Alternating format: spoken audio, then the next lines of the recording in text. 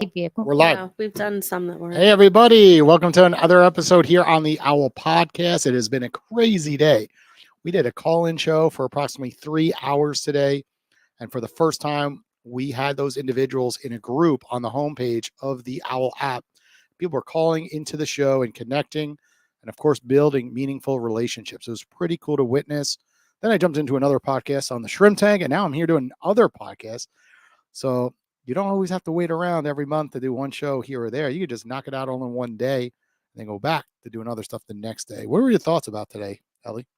I mean, yeah, it's it's a lot of energy, but I think, coming from our events that we did on Saturday with the Speakers and Coaches Network, it's super important to follow up with people, create these opportunities for networking on the go. I feel like we have so many entrepreneurs, coaches, speakers, people who want to speak on big stages. Everyone these days is a coach, honestly. Even Ali and I today, before she's like, our school does coaching. So it's like, it's a great opportunity for those of you who haven't seen it yet to start joining our groups and networks on the app, the Speakers and Coaches Network. Make sure you go check that out on the app. And a lot of them are authors as well. Yes. Right? Their whole event this weekend was a book that was co-authored, and they're going to have a big launch at Barnes and Noble as well. And they started as coaches and speakers, but now they realize, like, when you have that group, everyone wants to write their own book as well. Yeah. And so, yeah, it's just a great opportunity to continue networking. I want to get into our guest today, though. We have Ali Kaufman here. She is the creator, founder of Space of Mind. She also has a nonprofit that she was just sharing with us about. So tell the audience a little bit about yourself, Ali, and your journey. Oh, that's a big start. I know. I don't know. I'm just a big, prolific problem solver with a lot of creative energy, and started Space of Mind as a coaching company, working with people who were dealing with inattention, disorganization, and anxiety. So my first two groups of clients were CEOs and hoarders. And interestingly, I was having the same conversation with each type of client because clutter is clutter. It doesn't matter if it's physical or mental or whatever. It's just, getting in our way. So I started the schoolhouse program, though, because the CEOs started to invite me into their homes once we were creating order in their offices. And so I was traveling around the country and meeting with people and started to see how families were really struggling with school-related stress. And so we could fix things in the home, but the system from the school was not fixable. And that was causing a lot of chaos. And, I realized that was the problem that I didn't really see anyone solving. And so Can you go into detail a little bit of the chaos? I have a 9 and 7-year-old, so there's always chaos. So Yeah. I really want to hear from you when you say there was chaos, and it doesn't matter if you're worth $100 million or $10,000. Like, there's chaos with children, right? They don't care about these things, right? They come home, they have homework to do, and it's stressful as a parent. I was watching our producer Stephanie, coach her daughter, right, with homework, and getting the focus on the numbers when they're not into numbers is a struggle for all parents, right? Well, the first problem is homework. There's no research that shows that homework helps learning. In fact, everything we know about homework is it's doing the opposite. And kids right now are tired. Just existing in a school day is exhausting. And they're stressed from things that have nothing to do with learning. And they're stressed with things that have everything to do with learning. And parents right now are like, I feel like we need a reality show of competitive parenting. Oh, I live in Parkland. So you get it. And parents have are a whole website, Parkland Talks, right? You post on it, it's like Parkland Yeah. problems, as they say, right? It's like parents are taking on this identity. If my kid is struggling, then there's something wrong with me. So homework time becomes really stressful. And I was working with families that were literally getting divorced because there was a lot of arguing between the parents about how to handle it. And kids are tired, so they're not retaining what they're doing for homework. And what it's doing is actually demotivating them for school. And kids are hating school, so they're equating that with hating learning. And we need a generation that's going to become lifelong learners. And that was me. You know, Yeah.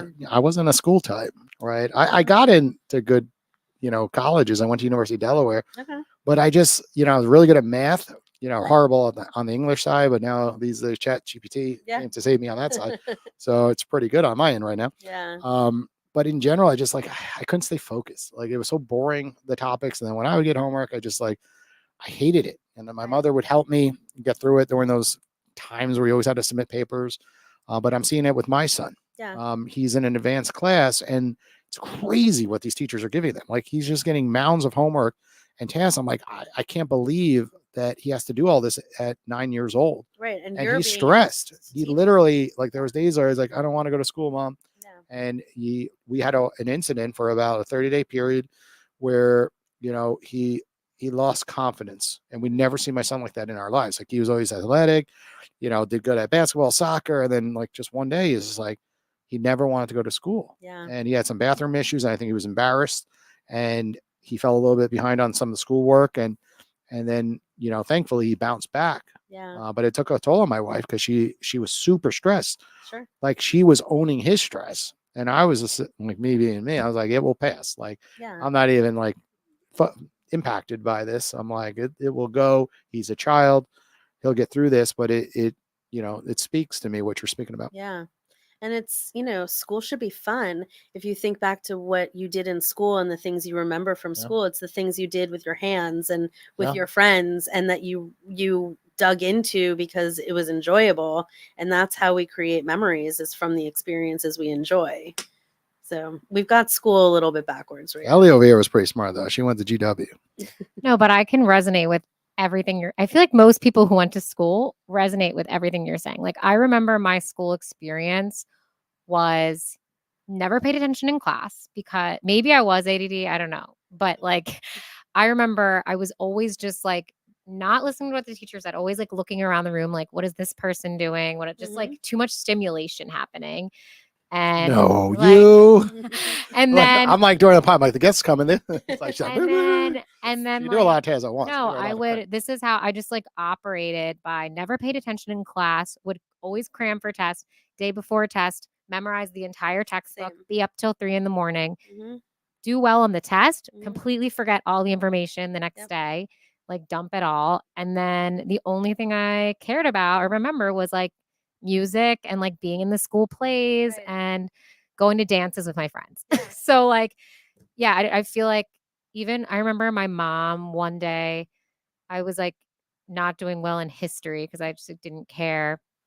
I remember she sat down and was like, okay, I'm going to help you. And then she's like, you never learned how to study. This is what you're supposed to do. Schools don't teach they don't teach you how to study or do any of the important things. Even home ec. I'm I wish that they still had home ec, because I feel I never learned how to sew or cook, all these important skills that they used to have back in the day that now they don't have. I completely agree with everything you're saying. Putting windshield wiper fluid in your car. You know how many people do teach all of that. I just feel the skills that I learned at school, even college, I don't remember anything from my if you ask me facts I learned, I'm the only thing I really learned from college is how to be an adult.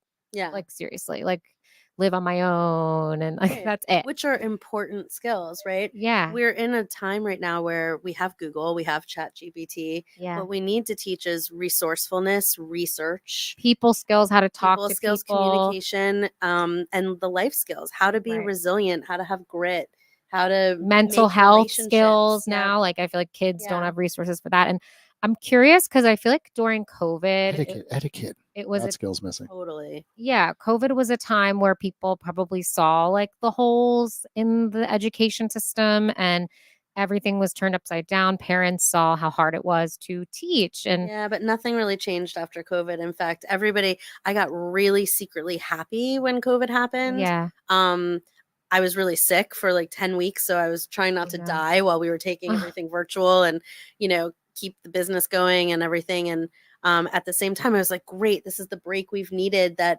schools will finally change flip their it on ways. its head and do something new. And what ended up happening is it was just a race to how fast could we get back to how it was. And with really very little allowance for the learning loss. And in fact, I think we've come back and parents are more stressed about how successful their kids can be, how many honors or AP classes. And we're in this time right now where college admissions is a total bloodbath these last 2 years. Oh, I've heard. My It's next door more neighbor went competitive through than it, and I was ever. like, what is all this? And now, like, That's you know, crazy. life on campus is so crazy right now. So it's, you know, I think the college system is going to reinvent itself totally in these next 3 to 4 I years. don't even think it's like necessary for so many Look, people. you can get an Ivy League education for free on edX, Yeah. right? Like you can, and as a business owner, if someone came to me with a spreadsheet or a transcript that they kept of all the classes that they've taken and, you know, said, hey, I was working, but I did all these classes, I'm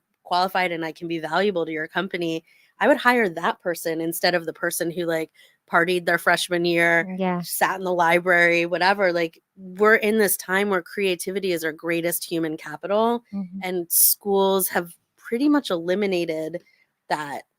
Yeah, well, the thing I was going to mention about COVID was not necessarily like that people change, but I guess more of like, did you get more enrollment in the school after COVID because people like maybe saw that how their kids were learning? So it did open up room for people to feel less like the pods were othered. happening and all. Yeah, like our, you know, our program is, I started Space of Mind Schoolhouse as a homeschool program with 3 kids in my living room. And I did that because I had toured about 25 private schools about 2008, 2009, trying to see who was doing it better because I had so many kids like your son who just stopped wanting to go at like, you know, around 2008. Online bullying was now becoming a thing with social media, and Edline, which is like the website to keep track of your kids' assignments, was causing all these fights. Like mom would check Edline before breakfast and then yell at their kids on the way to school. Nobody wants to start their day off that way.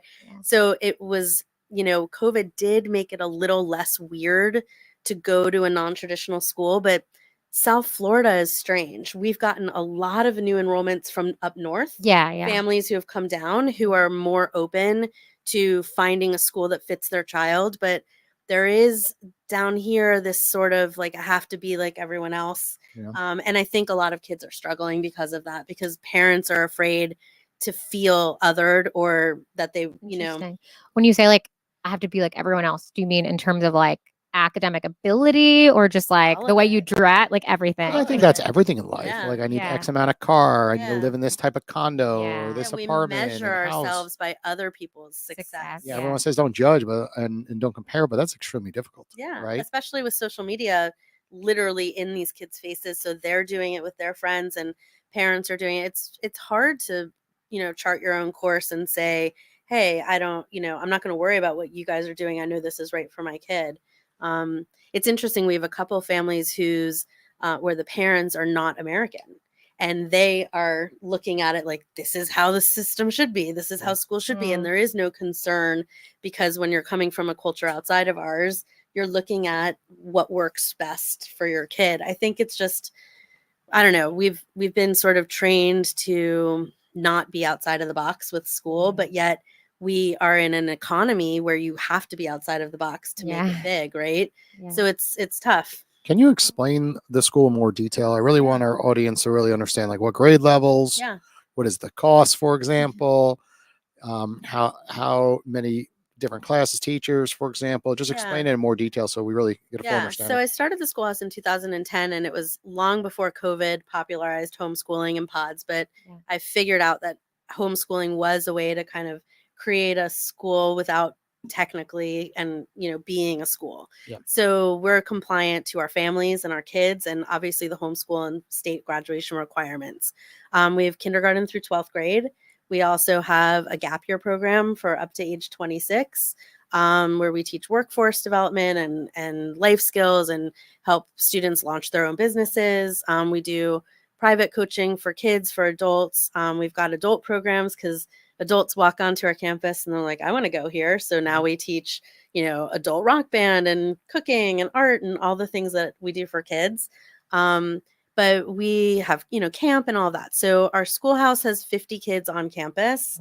And then we have a virtual program that We write all of our own curriculum. So it's written in the gifted format, which is collaborative and creative and interdisciplinary. And it's all project-based learning. And we write a brand new curriculum every summer for the coming year. So it's always really current, which keeps our educators, who we call coaches, on their toes too, because we're all lifelong learners ourselves. I'm curious, like when you're writing the new curriculum, how does that process occur? Like who's involved? Like is all it of us? Okay. Yeah. So we do. Last month we had a professional development day, and the coaches spent the whole morning just brainstorming. So we came up with the theme for next year is "We Are the World," and kind of got inspired watching the documentary that just came out a few months ago. And so, how are we responsible for ourselves and one another and the planet and the economy and sort of the globalness of our existence right now. And so we just kicked off like, here's the theme, and then everybody spent the morning just like, on butcher block paper all over the room and just kind of mapping it out. And then we'll take a few weeks in June where we close the campus to kids, and we'll dig in and start brainstorming. And then we'll have July where everyone breaks out and works on their sections. But because it's so interdisciplinary, we're able to cover standards for multiple subjects within one class, so to speak. So that really allows, like, the kids who hate math, we teach math through the creative arts. Like we're able to teach math through cooking or music. So it used to be before we started doing this in the first couple of years, the kids who hated math would hide in the bathroom for 20 minutes. And so that wasn't really productive. So the curriculum comes together by August, and then we're, off and running with it. But it is a lot of work, but also really keeps us, feeling like we're meeting the kids where they are. So we take into account each student and their learning style and their interests and their attention span. So what we're going to do is shift this over because we got this big TV here. So I really want our audience to see it. okay. What we're going to do is, everyone listening out there, she's posted on our feed right now, and just click right here, that link, Space of Mind. Oh, cool. Because I think it's important, when we're on podcasts all the times, audio, people can't really visualize what you're speaking about. But then we open up social media, and then poof, it's right there. That's awesome. And when we see some of these pictures, we could really kind of explain it and understand it. So can you give us an understanding, like what's happening here? Like, let's use this one as an example. Our kids have their own business. It's called Mason Jar Munchies. They have a booth at the Green Market in Delray every weekend. Okay. They create the products, they produce the products, they sell them, they manage the finances. So true entrepreneur. That's absolutely entrepreneurship. Awesome. See, Weston and Kennedy out there, they create a lemonade stand, and they call it W&K Legendary Lemonade. But I'm like, we got to start an Instagram account. You got to post like this. I like that legendary lemonade. That's good. It's ours. Don't take it out there. But you think about it, all the kids have just a lemonade stand and it stops there, but they really could go a little deeper. Brand it. It's free to brand everything. Absolutely. Throw an Instagram handle up there. It changes every year, right? A different group of kids come up with different things. We've just opened, after a 4.5-year long construction nightmare, a commercial teaching kitchen. So now we can actually make like real food products. We've got a meal box project. Is that on here? There's probably a picture somewhere on there. Cool. Where should we go? Show us something exciting that our audience should see. Like there's a lot of there's recording studio. We've got a full recording studio. Is that right here? No, that's our lunchbox theater. Oh, that's pretty cool. That's a CPR class. It looks like that right on the right. Right here. That's our music studio. Yeah. So here's a cool story. Yoga. We go fishing on Wednesdays. That's so cool. I want to go to this. That's what I'm saying. All the adults want to go. So we're right in downtown Delray. So we use the whole city as our extended classroom. But we do have a full recording studio. It's student run. The kids this year that are really into the rock band, they were not musicians to start. And they really discovered that they've got some chops. We've got amazing music coaches. And so they asked, what's the hardest song that we could sing? And they came up with Bohemian Rhapsody, which is pretty hard. Yeah, that is. Well, I'll have to send it to you. They're mastering it right now, but they have recorded and matched it note for note, the whole song, and it's insane. And these are the kids that did this. These are quiet kids that like did not think they could sing, but in regular school, kids aren't getting out of their box. They're just Yeah. trying to They're just explain. like, this is it's the so interesting you curriculum. say that because, my other show, The Shrimp Tank, has been there for 4 or 5 years. And finally, yeah, and this just shows you how long it takes to move the needle at university is we took my co-host's class, which is an entrepreneurship class, and we had them sit in on our podcast. And it was so cool where they're getting to actually hear stories like yours, not just reading out of a textbook, and really don't have implement it textbooks. into the curriculum to really learn about what business owners are really going through. And it's working out phenomenally. But very few, think about how many podcasts there are, over 3 million of them. How many colleges literally have entrepreneurs like coming in and speaking to classrooms through like podcasting? Sometimes they'll have guest speakers. Right. But like really hearing the rawness of like this conversation. Even like getting the students to have their own podcast. Like Mm-hmm. it's like students, they're expected to do all this stuff outside of school. And it's like, when do you have time to do that? When you have homework required, sports required. I remember being the most exhausted and stressed I ever was in my life was high school. I will always say that because I lived 30 minutes away from my school. So getting there and back, having to play a sport every season, private school, like required, being in the musicals, like then staying up all night study. Like I was so like, it should One of our biggest success stories, and we've had a lot of kids that have come out of our program and are doing wildly amazing things, but Zach Hirsch started a sports podcast in 9th grade in our program. And summer before 12th grade, I was like, you got to build a portfolio and put this online so we could use it for college admissions. He ended up, he's kind of like a savant when it comes to sports forecasting, like handicapping. Oh, nice. And so meet him next time I go to Vegas. You definitely need to check him out, Mystic Zach. And he is now he's on World Star Hip Hop. He's got his own podcast with Pac-Man. He's doing right now with Caitlyn Jenner and like a show. He's just all over the place, and it all started from this one small podcast that he did in 9th and 10th grade. And then, in 12th grade, he went to the MIT sports analyst conference and was the only kid there. But it came from the confidence of realizing that this was his passion and the potential that it had. And so now he's like 22 and crushing it in the broadcasting world. I'm curious. So you said the school goes up to 12th grade and then there's like the gap year program they went. So like in terms of once the students get to the end, I guess, like how does it work? Is it really like an individualized plan for each student in terms of like, do you want to go to college or how does that? Yeah. So some of our kids have done passion projects after high school. Recorded an album or competed in equestrian or whatever they were doing. Other kids have gone to culinary school or technical schools for different things.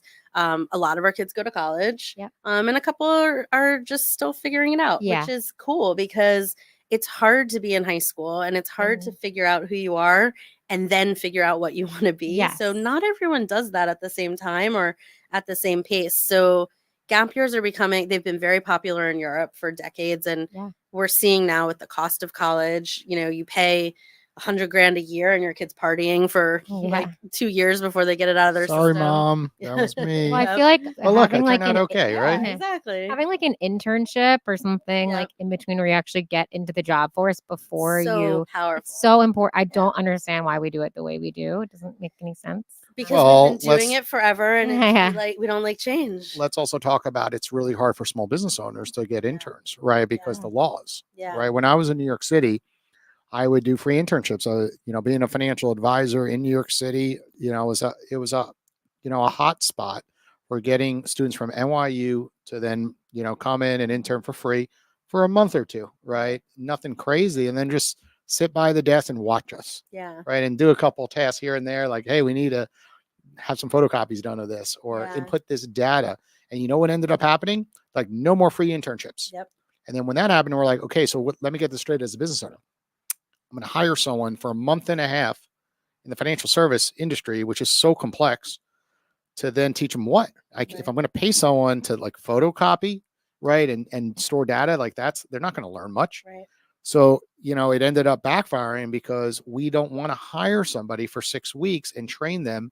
So it was really difficult at that point to take on paid interns. I'd rather hire someone part-time that I could train and get going, or Yeah. full-time. So it kind of squeezed a lot of small business owners to hire interns. The bigger organizations can have a whole internship program because, of course, one day those interns turn around and really get hired. But small Yeah. businesses, when you have one or two staff, it was really difficult, and we still see that problem today. For sure. So the people who write the laws are not entrepreneurs that really understand like how that really makes an impact. Because I would love to hire a couple students, and just sit, in my office and watch me. You will Yeah, learn they don't so want to do much. that though. Their attention span doesn't Well, really watch fit me, but that with job tasks. You description understand what I'm anymore. saying, but not Yeah. about the money element of just, Yeah. giving back, mentoring, For and sure. it's an issue. But I agree. Yeah. As long as you hire people, then Yeah. you have Mentorship to. is key. I mean, I'm a big believer in mentorship. Without the mentors in my life, I would be nowhere. I think, the kids who have adults that are invested in them, they will go so much further because they feel valued. I agree. And I think more universities are never going to change when they just keep seeing the amount of applications pouring in and people willing to pay $50,000 to $75,000 per year at Yeah. these private universities. Because why would they change? Yeah. Right? If the money keeps coming in. What was right? your experience? I'm curious, like in your education with Mhm. college and everything that made you want to change this, like To the way change the things are- system. Yeah. I grew up in the 80s when they took all the kids with busy brains and they put us in the gifted program. Mm, Well, when I was out of college, I tested off the charts for ADD. But, when I was a kid, we were all ADD or autistic or full of anxiety. That's where we all landed. But in elementary school, the gifted program was a half day pullout. We were treated like we were Yeah. special. We were told we were taught to be leaders. In third grade, I learned the rules of brainstorming and how to run a think tank. mm, And these are things that I use every day, and I never forgot Miss Willie, our teacher. Like, mm, she was amazing, and she changed all of our lives. And when I got to college, I kind of had a freak out because I hadn't realized I had to restart all my systems and learn new things because I was so used to being so creative. But after college, when I was Facebook happened in these last 15 years, and we've all kind of reconnected. Almost all of us are doing incredible things. We're CEOs. All of my friends are super successful that came out of this program, mm, Yeah. but we're almost all diagnosed with something related to mm. having a busy brain. Today, if I were in second grade and got put into the gifted program, I would have been medicated. I would have been told something was wrong with me. Maybe I wouldn't have even made the gifted program because my brain would have been all over the place. And it was different. So I grew up just understanding that creativity was the cure. It was the thing that made everything make sense, and that it was boundaryless, right? And so the seeing how the kids and the families, when I started the coaching program, were struggling and there was no room for creativity. There wasn't fun in the day. And then they come home and now you got mom yelling at you to do 8 hours of homework when you're 9, like it doesn't feel good. Yeah. So I started the program that I actually had, but in public school, that gifted program is gone now. Now it's how many honors and AP classes can we get these kids to take? But you even think about like traveling. Like I was telling my wife, it's Mother's Day coming up and I have an event on Saturdays. I'm like, I don't think we go anywhere. But then I was like, why can't we just take the kids out of school on Monday? Like, who cares? And then like you get into that like conversation, you're like, why does it matter? How many days? I literally was asking my wife this morning. I was like, what does it matter if we miss 2-3 days? So Like, they put and then they pressure get the pressure. because in Get the public homework done. school, Yep. well, here's why. It's financial. Yeah. In public school, the schools get paid based on how many kids attend each day. Mm, So, especially after COVID, principals were like, how do we improve the attendance? Because now after COVID, it's okay. Like kids miss 20, 30, 40 days of school now because they're stressed or they have a headache or they don't want to go or whatever. And schools are really struggling because it's translating into financials. So that's a big issue right now. And that pressure comes down on the parents, and then the parents put the pressure on their kids. But ultimately, like, we just had a student transfer into our program from a really prestigious prep school down here. And she has a disease that kept her out of school a lot. And the stress of having to make up the work when being sick, when, she was out a couple days this week, and mom was like, what can she do at home? And we're like, she doesn't have to do anything at home. We'll handle it when she's well. Yeah. Because when you're sick, the last thing you want to do is the homework piles up. So I've seen in my family, it's like, hey, like we don't want to miss too much school because your kids fall behind and it's very stressful because the amount just layers on top. What else they're missing out on, because but that's what I'm saying is like I'm a travel type, right? They're going to learn more traveling. Isn't it pretty cool to fly to a different country? Yeah. And just see more of the real world? Right? So when we have kids that travel, we write curriculum for their trip. Nice. So, we'll give them credit for, you're going to Italy, let's learn about it and come back and teach your friends. Mm-hmm. That kind of flexibility is key, because it does empower a family to do. I will say colleges get that part right. Like like some colleges do abroad programs. Yeah. I did a 2-month abroad in Costa Rica my junior year. Cool. And if you look back at all college, like all the classes, it's the only one I remember, because there wasn't really a real class. Right. It was a philosophy class. You had to write a paper at the end. What did you learn about the culture? And we just went around like having fun. Like we hiked up a volcano. But I'm sure you learned a ton. So much, because we hung out with the locals. And you were feeling good while you were there. Of course. Yeah. We went hiked in 13 miles into the rainforest. Yeah. Saw, all these spider monkeys, alligators, sharks, and you just learned about different cultures. And, the class didn't really matter that much. So that could have been at any university. Story. So a friend of mine owns a student travel company in California, and we met actually at the March for Our Lives. We each taken groups of kids to DC for the first march after the Douglas shooting. And I asked her how she started her company, and she was a history teacher in a high school in San Diego. And after 9/11, she asked her students, what's the one thing we could do to bring on peace without war? And the students overwhelmingly agreed it was travel. Mm-hmm. And so they started in their classroom a student-run travel company. She eventually quit her job as a teacher to run the company full-time.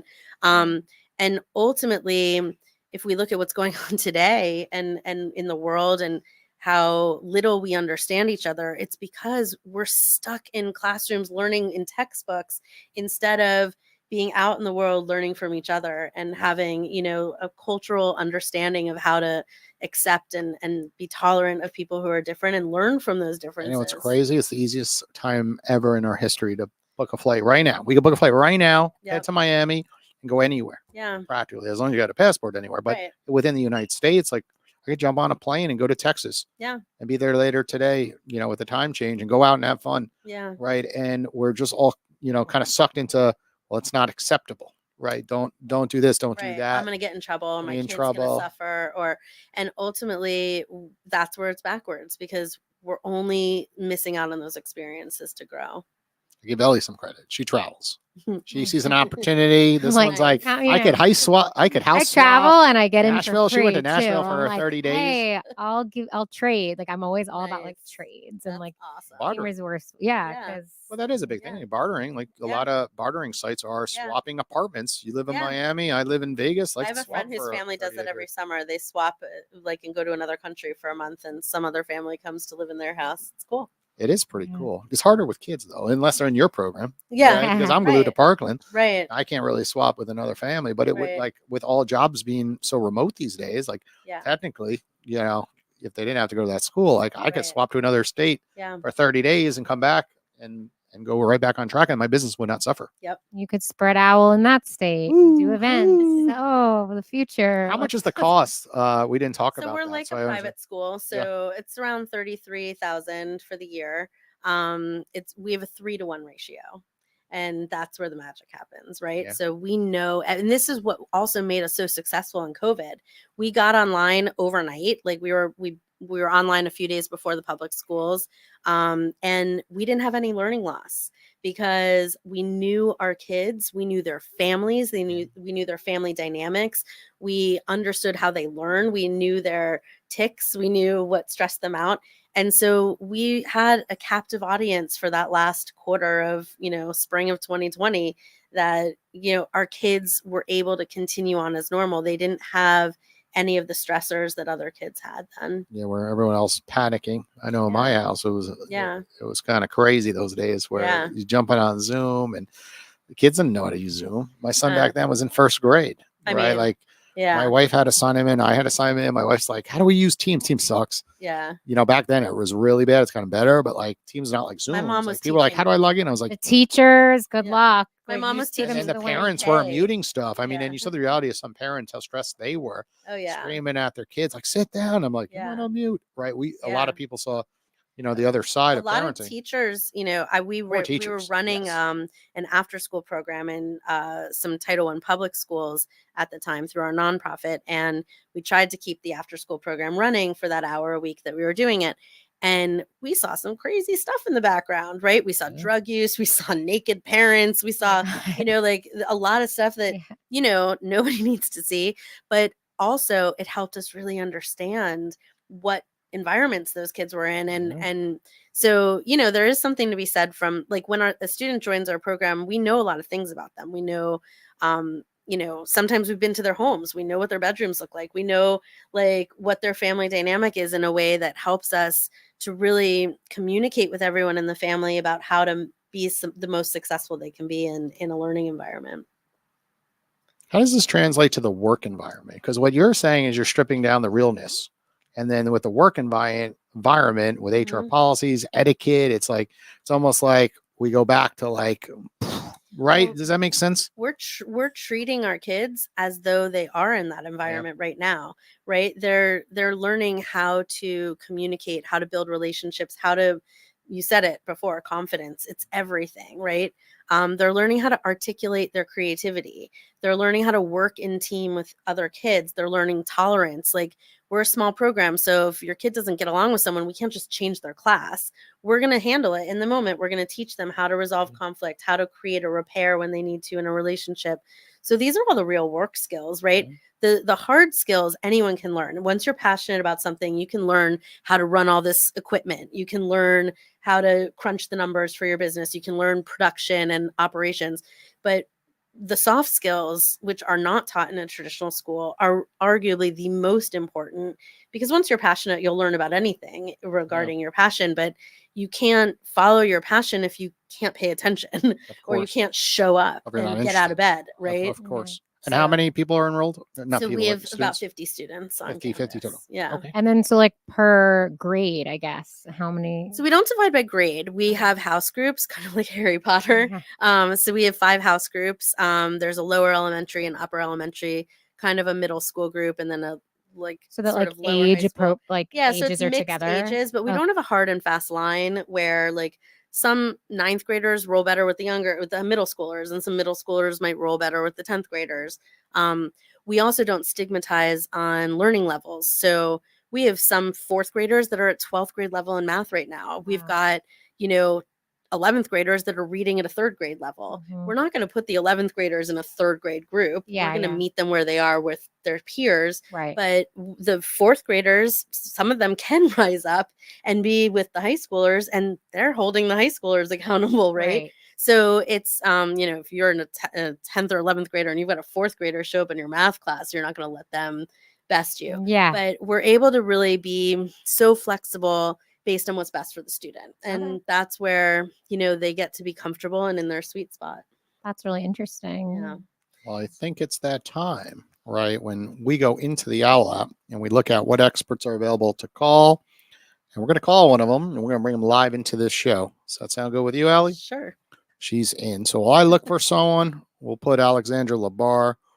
I was sneaking through her profile a moment ago. You two could chat a little bit while we wait for her to pick up.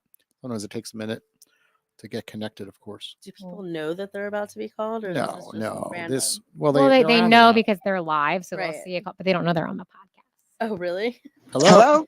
Hey, Alexandra. Hey, what's going on? Hey, you are live on the OWL podcast. Are you okay being recorded right now? Sure. Awesome. Awesome. Alexandra, we have on? Ali here in the studio. Ali, if you do not mind, try to keep it to 30 seconds or less. Just tell Alexandra a little bit about who you are, your business, and then I want Alexandra to ask you a question. Okay. Hi, Alexandra. How are you? I'm great. How are you? And she's a past guest, by the way. Okay, cool. So She I knows guess the you know the drill. Well, Yes. I'm an educator. I run a very non-traditional educational services company. We work with students from kindergarten up through age 26, and we work with adults. And our mission is to use creativity to be the antidote to learning-related stress. And Alexandra lives in Coral Springs, by the way. Oh, So right on. Well, we're in downtown Delray Beach. Oh, you're in Delray Beach. I was going to ask where the school was. Yeah. Is it how many students do you have? So we have about 50 on campus, and then we have a virtual program with kids from all over the country. Wow, that's amazing. How many teachers for that program? We have about 26 on staff right now. So I was just saying we have a 3-to-1 ratio of students to educators. Very awesome. Alexandra, she was just sharing that the students have like different businesses they're operating. It's pretty darn cool. Like, so think about children at early age when they go to school, like they're literally setting up like a coffee shop. So they're learning those skills to run a business right out of the gate, where folks like myself and Ellie over here would go to school and be bored to death in the back of the classroom, because we just lost focus and we hated homework, where a lot of our students are really getting out there and doing things. Also, they don't have homework. No homework. I love that. I love that so much. We talk about that all the time, where we feel that schools kind of not teach people like us, like entrepreneurs, being able to just go out there and doing things, your passion. It's more of like just more structured. So what you're doing is incredible. You're getting children and, ready for the world, because that's the real world. That is true. I love that. Thank you. Well, we got to ask Alexandra a question. Alexandra, Ali has not met you before. So give us 30 seconds who you are. Give us your elevator pitch, and I want Ali to ask you a question. Awesome. Well, Alexandra Silva-Labar. I am the founder and owner of Alexandra Marketing. We're a full-service marketing firm. We help businesses with their branding, mission, vision, really kind of take their entire marketing and put it into more of their vision, making sure that, it's kind of all uniformed. And I'm also the author of the book called The Power of Networking. My passion is to help people become a better networker and connect higher with their clients and whoever they're speaking to, instead of that quick, just hi, hello. We want to make sure we have those deeper connections. So my book kind of talks about the 7 essential C's of networking, how to get out there and really meet your ideal clients and, become a better networker. That's awesome. We were talking earlier about mentors, and I would imagine that you had somebody in your world that was crucial to teaching you how to go out and communicate and be confident while networking and putting yourself out there. Yeah, so I had a lot of different mentors, and I actually kind of had a different route where my parents passed away when I was very young. So at 13 years old, I had no parents. Yeah, so I had to lean on to so many people for resources, because of course I didn't have my parents, and I just became really good at connecting with people, because almost was forced to do it. Yeah. So I didn't even know how great I was at it until going into corporate America. And I was always the one that's connecting everyone.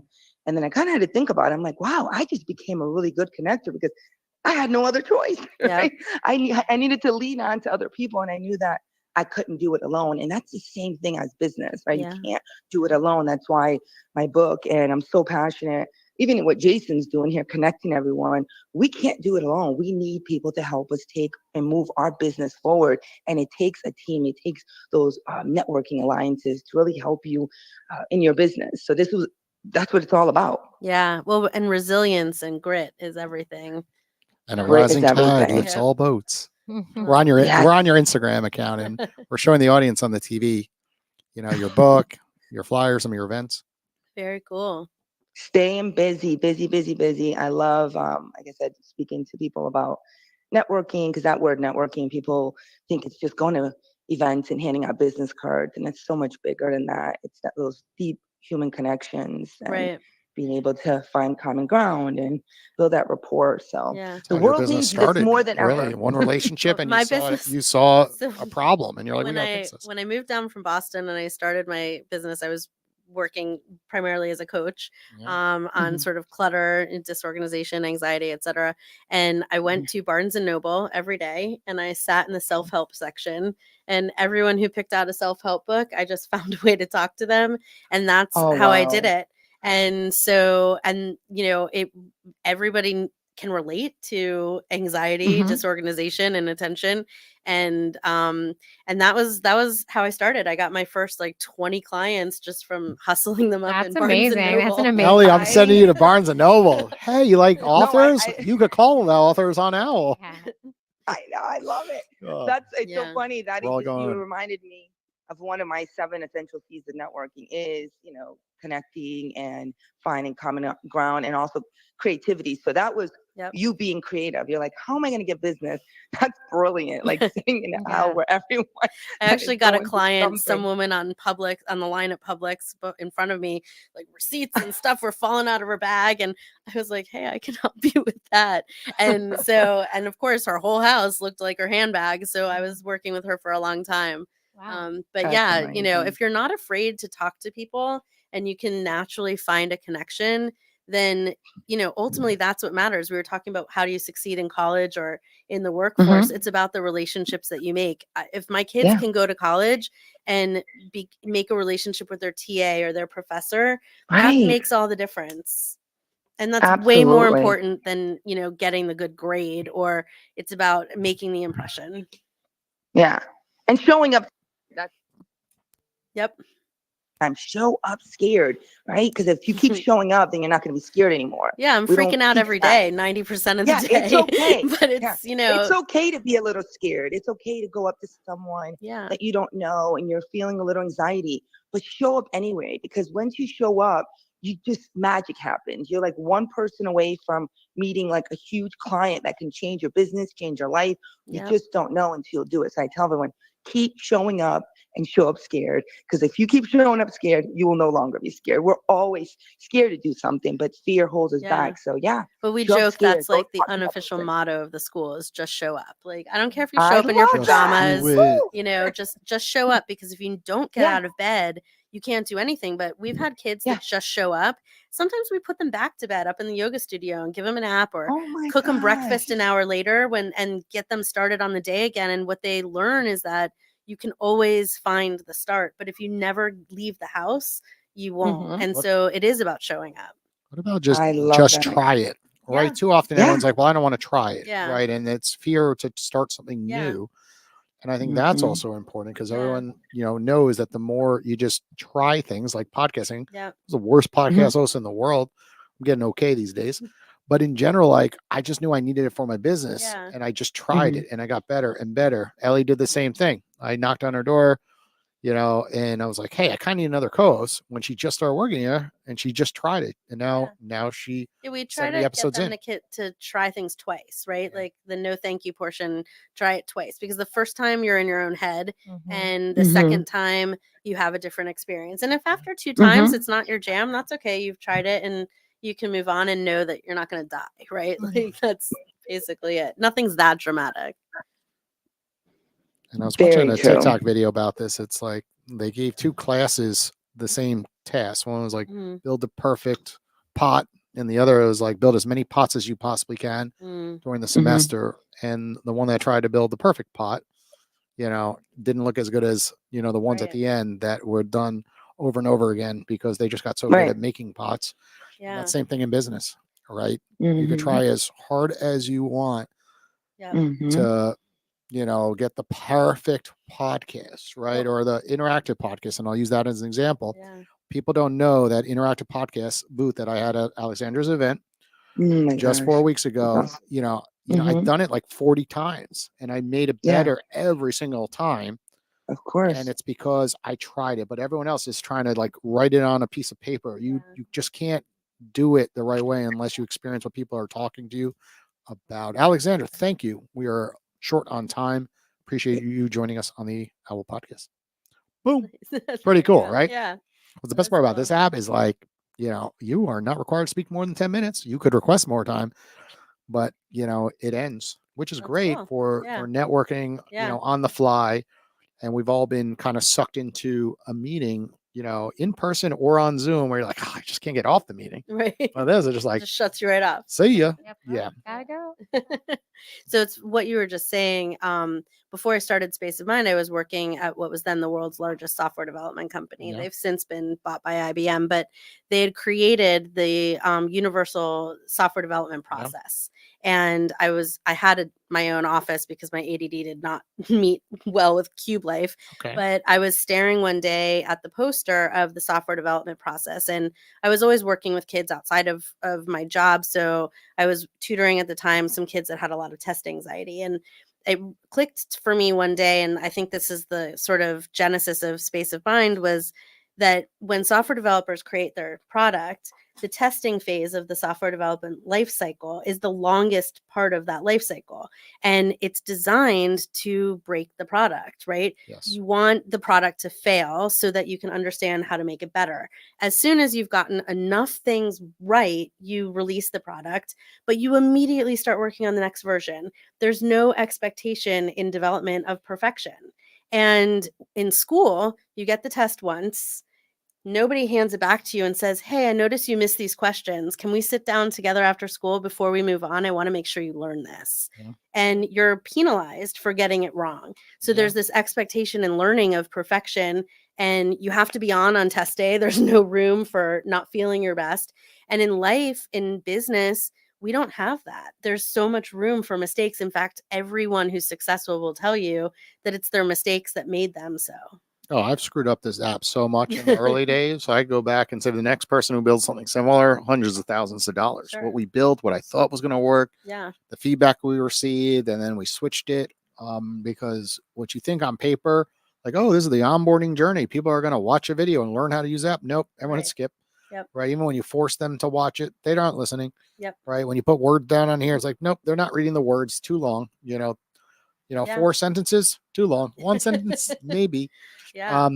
But it's a different world today than it was 30 years ago because the amount of noise out there. There's so many websites, so many social handles, so many apps. Yep. And unless there's enough value for someone to sit there and watch everything, it's hard these days. And you have to, if you're going to build an app out there, I'll use that as an example, or any business for that matter, is just test stuff and then go with your gut and just keep changing and getting feedback, and failure is part of the process. Yeah. And, perfectionism is this myth. Like, I don't know what perfect even is. It's, so being afraid to fail is never going to get you anywhere. And here's the thing. I've interviewed over 300 CEOs and entrepreneurs now through both of our shows. And what you start realizing is no one knows what the hell they're doing. Absolutely not. I really mean it. Like, everyone might be good at like one part of their business. Yeah. But then you think they know about like, the finances with like the retirement accounts for their employees, how that all, really works under the hood, or the HR side or the legal side. Yeah. It's just once you have a business, there is so many different verticals, and it's practically impossible for someone to know everything about each vertical. They'll know a little bit about each vertical. Mm-hmm. And I think that's where lots of times people get it wrong. Entrepreneurs are really good generalists. Yeah. Right. Often they're really good specialists. No, they know how to put out fires. They know how to communicate. They have good etiquette. They have good time management skills, and they know a lot about all the different things operating their business, but they know when to hand it off when they're not the expert. Right. Well, finding the right people that can take your vision to the next level is everything. And then, letting that process happen. And having a mentor to actually, share this information and listen and take and take constructive feedback, which I am horrible at. Ellie tells me all the time, and actually then, execute with the feedback. Ellie, I'm listening. I just like to give back to you a little bit, but usually I'm taking it in. And then I do it, and you're like, he did listen. He wasn't just messing around. Sometimes you say that. Sometimes she's like, wow, he actually did listen to a lot of this stuff, even though it sounded like he was not. Yeah. I have way more respect for the people who tell me I'm wrong than the ones who walk away and silently probably think I am, but will never tell me. Oh, I love that. I'm from Philly. There's realness. Yeah. Like, I'm just going to tell you to your face. Yeah. Like, and sometimes I'm like, because I went to Catholic school growing up, and it was very much like, you don't speak, out to your elder. So I literally today I was like, was I too rude? He is my boss. Today. Oh, thank you. And then I was like, nah, it's okay. He needed that. He needed. Yeah, and I'm like, well, we are at a startup. When he's different down. Culture, you know. So yeah. I think it's important to say how you feel, because otherwise we build resentment and things like, but Yeah. not Tell me how you everybody feel, is Ellie. comfortable with that. Yeah. Well, sometimes Is it cross the line sometimes, by not being respectful in the right format. Because I think Yeah. sometimes you'll say well, I'm allowed to say how I feel, but be careful. That's the person who strokes the check. Like in a business setting, Sure. I'm saying like Yeah. do it with etiquette, I guess is what I'm saying. Yeah. Like naturally tell them how you feel, not in a slang. Like I think social media gets this wrong. Mm. Like I'm supposed to be able to say how I feel at work. It's like, yeah, but that doesn't mean you could use F-bombs, right? It doesn't mean, that email shouldn't be like, dear John, like you kind of understand what I'm saying. Maybe it's not coming out the right way, but it depends on the culture too. I'm just saying it should come from a space of like, tell it so that it's constructive feedback in the right direction. Yeah. Not in a etiquette way, if that is even a word, but bad etiquette, right? Inappropriate. That's the word. That's the word. So yeah, I mean, in Space of Mind, it's really important to me that we live our truth, right? We want to teach the kids how to be vulnerable and how to own whatever their emotions are and communicate what they are. So I want our coaches to also, we call our educators coaches, and I want them to also be able to be in a vulnerable state when they're at work. Obviously, sometimes like we have to dance around that boundary, right? But it's important that we're all, I think kids do this all day during regular school. They can't express their emotions. They don't even have words for them sometimes. And then they come home and it's like they regurgitate everything all over their parents, right? Because it's all like, I'm totally accepted at home and I can just get in the car or get home and just release it all. And then now you're fighting with your kid because they're like losing their minds at home. But if they learn how to release it during the day and deal with it in the moment, like I'd rather have a student, be like, wait, I need to take a minute from class because I'm feeling something and I need to work it out, than sit there in class and like waste their time because they're not able to focus. That's gonna be my new thing. I'm like, oh, you need a minute? You could take a minute or two and come back. Is that it? You can do the same to me, okay? Deal? Well, Ellie, what time is it? It's bedtime. Bedtime, our favorite part of the show that we do not tell our guests unless they listen to the last episode. And most of our guests do not listen to the last episode because they are very busy. So that being said, this is called bedtime, where we are going to place a wager based on doing something within the OWL app. And if you fail, you have to give us something. That's how a bet works. Okay. But if you succeed, you're going to get something. Okay. So Ellie, have you been thinking about the bet? She does have students. I have been thinking about we could have our students that are not, that are not underage. They have to be I already above talked 18. to her about it before the episode. Oh, so you already that's why I said you have an idea. That's where I was going. Well, I know what we want, like, which would be to somehow put the OWL app in your curriculum with the students. So like we've done this, we've tested it. I was telling you before. It works. So so bringing it in, having them do calls, maybe write a paper or have a presentation about like what their experience was like having to call these professionals and what they got out of it. Kids don't even know how to make restaurant reservations. Sometimes. Yeah, like just learning how to use the phone is a big thing we work on. Wait, you could call someone with this device? Yeah, like really? Crazy. You don't have to book it directly online. So now, what does she have to do? What does she have to? Well, she has to give it. Can we?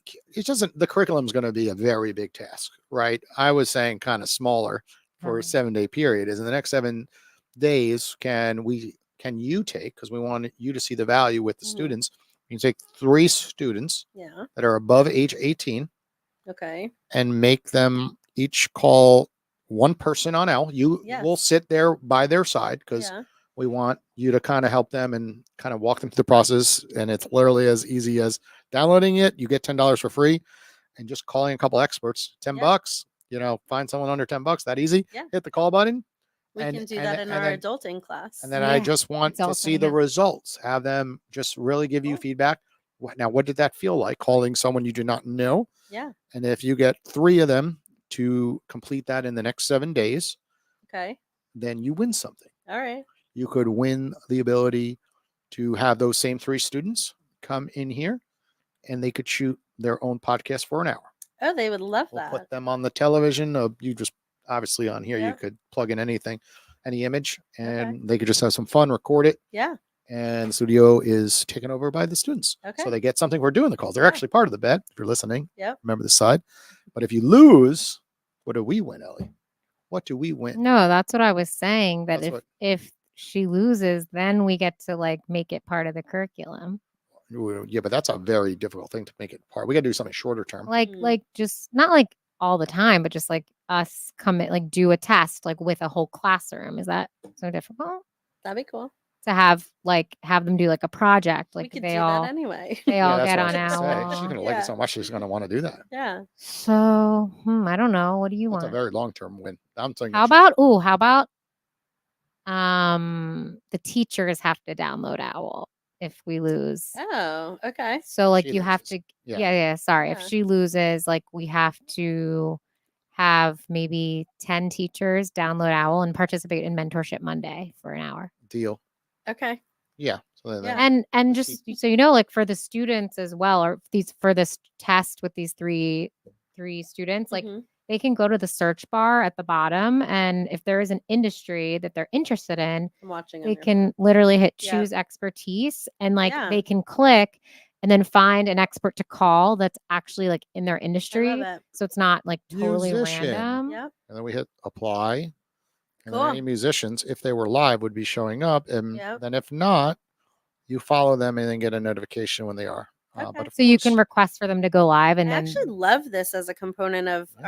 our curriculum because we often spend a lot of time looking for mentors or matching our kids with people to learn more about their industry. And so it looks like it's right here. And here's an example. Like Deborah's not available, but you could see she Mhm. used the app a lot. 139 calls. So what you do is, I'm going to she's a unfollow her. Broadway musician. And Like look, that's- you That's hit awesome. you hit follow, and then Yep. that will send you a notification next time she makes herself available. Easy. And then when you look at this, it's like she's in New York City on Broadway. Like, how cool is that? If That's you're a very student cool. Yeah. and you want to be on Broadway one day, now you could talk to Deborah and be like, yeah. tell me what it's really like. Yeah. You This is know, a great concept. Tell for me that. how I one day, could be on Broadway. Or Daniel Mock was on our podcast, right? And he's an artist, songwriter, vocalist Mhm. in Nashville, Tennessee. Same thing, 54 calls. He's got a few 100,000, look, 940,000 followers on all medias and 2.3 million likes, Wow. right? And he's sitting there at $5, right? Like, how cool is that to That get is access really cool. to, someone who could be, a huge country star in the future, right? Yeah. If he's already in his early 20s with 2.3 million, Yeah. likes, think about the amount of music, that he's going to release in the future. I love it. This is really cool. I can think of a lot of ways that this would be beneficial for our kids. Okay, we got to shake on it. All right. It's Deal. official. It's official. Deal. You got to shake. Ellie, you got to do the shake. You made this deal. Okay, well, Sounds good. thank you for joining us on the OWL Podcast. Everybody listening, of course, just follow Ali on the OWL app. All of her social media links are connected to her profile. I had it up on the TV earlier. And then Some just of them. Yes, jump I'm sorry. I didn't into make her there. do all of them beforehand. I'll do it they now. could go to Instagram and then eventually go from Instagram. And follow Space of Mind as the well. extra effort, right? Yeah. The effort. If it's not like one click. And this is kind of, I didn't tell you guys this beforehand, but this is full circle for me because when I first moved to South Florida in 2021, it was still COVID. I was just like working for myself, literally figuring things out. I did a workshop at Space of Mind, Yeah, like super random. that was like a music workshop with kids. So now like having you come back and yeah, it's pretty cool. So Yeah. Well, thank you for having me. This was really fun. Yeah, thank And there's you. Ellie on the TV. Oh, Ellie there as you are. well. She is at 436 calls only. Got to get that up to 2,000. Come on, Ellie. There's someone out there that did 2,000. Chella did, and good for and them. Cassandra. But it is cool to see people doing Yeah, this thousands is or a great hundreds. concept. I really think this is very cool. Okay, well, that wraps up today's episode. Thanks again for joining us, everybody listening. We'll be back next Wednesday